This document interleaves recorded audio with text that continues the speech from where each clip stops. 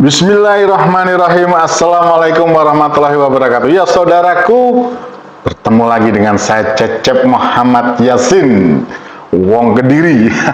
Dan kita masih membahas tentang korupsi di Pertamina, oplosan Pertalite dijual menjadi Pertamax yang merugikan keuangan negara hampir 1.000 triliun. Nah, sekali lagi ini ada pandangan atau pernyataan yang disampaikan oleh mantan Menteri ESDM yang terkenal lurus, yaitu Bapak Sudirman Said, Menteri ESDM sekitar 2015 dan 2016an lah ya, yang mana beliau karena membubarkan Petra yang korup, akhirnya beliau terpental. Dan sekali lagi saya katakan bahwa ini kebijakan untuk memberantas korupsi di migas ini yang paling pokok dari Presiden. Silakan dengarkan apa pernyataan dari Pak Sudirman Said. Dan kasus sebesar ini itu tidak mungkin berjalan secara otonom, pasti sendirian. Nggak mungkin. Yang kedua, saya juga ingin mengulang lagi bahwa beresan mafia itu bukan soal teknis, bukan soal hukum, tapi soal kelurusan pemimpin negara. Yang ketiga, saya pengen ajak teman-teman perenung nih. Saya ingin mengulang pertanyaan, ini negara apa? Ini bangsa mau kemana gitu? Karena ada lagu terkenal kan, bayar gitu kan. Sekarang ini yang bayar nggak cuma polisi. Mau masuk menjadi vendor, jangan-jangan bayar juga tuh. Bukan hanya ke Pertamina, oknum, tapi juga ke pejabat BUMN, barangkali saya tidak tahu. Mau merubah undang-undang minerba jadi seminggu selesai, bayar juga tuh. Betul nggak? Merubah undang-undang BUMN, bayar juga. Mau merubah undang-undang yang mengatur usia calon wakil presiden, bayar juga. Bahkan pakai perjodohan tuh. Jadi saya ingin bertanya, ini negara sedang mau kemana gitu? Mau merubah selaut menjadi bersertifikat, bayar itu. Sekarang ini, kalau semuanya berdebat soal hari ini, mungkin kita bubar gitu. Karena itu harus ada pikiran-pikiran yang jauh, lihat ke depan. Kita mau kemana sebetulnya gitu. Kalau dibiarkan terus-menerus seperti ini, saya khawatir kita makin ketinggalan. Dan di antara yang hadir sini adalah ada wakil dari teman-teman yang sedang dalam kekuasaan. Kita berdoa mudah-mudahan Pak Prabowo ini betul-betul sungguh-sungguh untuk menata ulang. Kalau ketua MK dulu adalah ipar, kalau wakil presiden adalah anak, kalau gubernur adalah mantu, kalau wali kota adalah adik, kalau menteri adalah keponakan. Ini negara apa? Ini negara apa?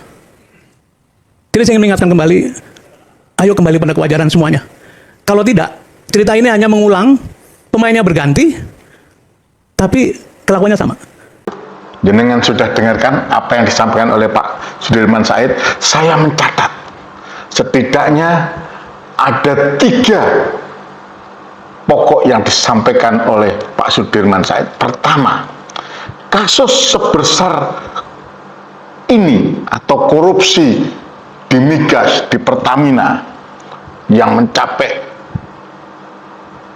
1.000 triliun, hampir mencapai 1.000 triliun, tidak berjalan secara otonom, atau tidak berjalan sendiri. Pasti ada backing di belakangnya. Itu maksudnya dari Pak Sudirman Said. Ada orang di belakang itu. Dan memang secara logika mereka yang saat ini ditahan oleh Kejaksaan Agung tidak mungkin berjalan sendiri. Ini bukan duit 1 juta, 2 juta, 1 miliar, 2 miliar. Ini triliunan, saudaraku. Triliunan, 1.000 triliun.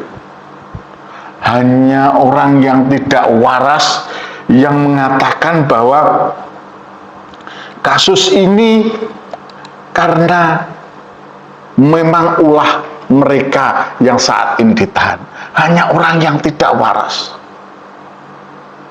Yang jelas kasus ini di belakangnya pasti ada backingnya.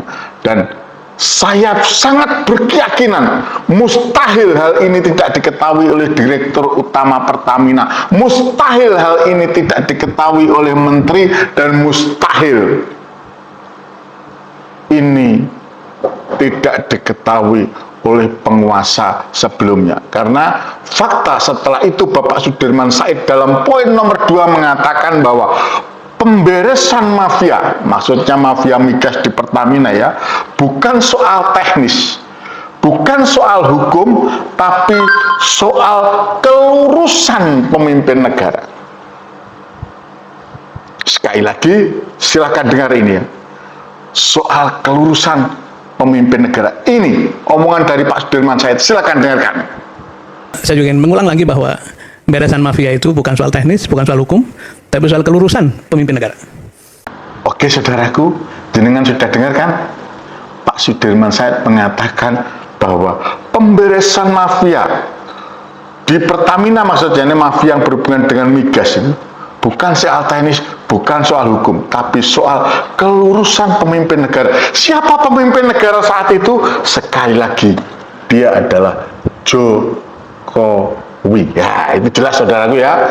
Ini saya mengutip, menafsirkan yang insya Allah tafsiran saya tidak salah, karena pemimpin negara saat itu memang namanya Jokowi ini ya.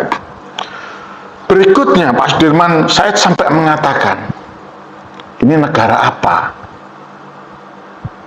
Wakil MK-nya iparnya, wakil presidennya anaknya, gubernurnya menantunya, wali kotanya adiknya, menterinya adalah keponakan. Ini negara apa?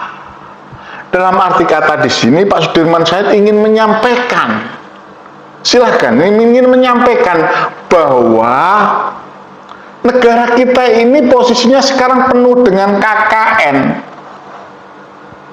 penuh dengan nepotisme yang jelas. Sampai beliau mengatakan bayar. Ini jelas kan? Negara kita saat ini dikuasai oleh nepotisme. Dan yang dimaksud oleh Pak Sudirman Said, sekali lagi dikatakan, MK-nya dulu adalah ipar. Ketua MK dulu siapa? Iparnya siapa? Iparnya Jokowi. Wakil presidennya adalah anak. Sekarang ini kita tahu siapa wakil presidennya. Gibran bukan? Siapa itu? Kembali kepada Jokowi. Gubernur adalah menantu. Siapa yang berkuasa dan memiliki akses serta dekat dengan gubernur, di mana itu adalah mantunya? Sekali lagi, itu adalah tidak bisa dipungkiri adalah Jokowi. Dan wali kotanya adalah adiknya. Kalau menteri adalah keponakannya. Nah, sekali lagi saya katakan, ini jelas kan apa yang disampaikan oleh Pak Sudirman Said. Mau diakui atau tidak, Pak Sudirman Said sedang menyindir yang namanya Joko Widodo, presiden, ya mohon maaf, yang diakui atau tidak di eranya banyak kolusi. Dan terus terang, Pertamina ini 1.000 triliun korupsi di Pertamina itu adalah di bawah era kepemimpinan Joko Widodo. Lebih jelasnya lagi, Pak Sudirman Said sampai mengatakan, harap dicatat, sekali lagi, harap dicatat, menjelang pembubaran Petra hampir saja digagalkan pada waktu itu. Oleh siapa? Kata beliau, oleh yang punya kekuasaan. Siapa yang punya kekuasaan pada saat Petra eranya Pak Sudirman Said jadi Menteri ESDM, ketika beliau mau membubarkan Petra? Siapa? Hampir saja dibawa. Sekali lagi, itu adalah Jokowi. Tidak ada siapapun orang waras di Indonesia ini kalau diajak ngomong pasti akan mengatakan bahwa itu yang dituju oleh Pak Sudirman Said adalah Jokowi. Dan beliau mengatakan, apakah ini akan terjadi? Kita tunggu. Semoga Pak Prabowo tidak demikian. Memberantas korupsi itu,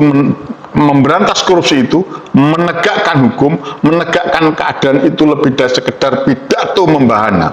Ini yang biasa dilakukan oleh Pak Prabowo. Tapi Pak Prabowo memang faktanya saat ini membuka keran untuk pemberantasan korupsi, walaupun beliau masih istilahnya masih meraba-raba akan serangan baliknya mungkin ya, meraba-raba situasi dan kondisinya. Butuh tindakan-tindakan nyata, katanya. Nah, saudaraku, untuk lebih jelasnya, sekali lagi saya tayangkan, akan harap dicatat, menjelang pemburuan petrol hampir saja digagalkan pada waktu itu oleh siapa? Oleh yang punya kekuasaan. Ini saya tayangkan lagi. Saya tayangkan pernyataannya, Pak.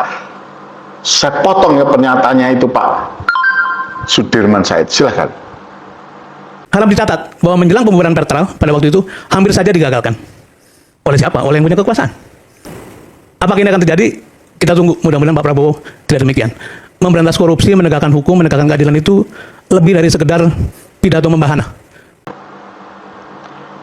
Oke, kembali saudaraku, cukup jelas bukan bahwa kasus, saya copot, kasus korupsi di Pertamina,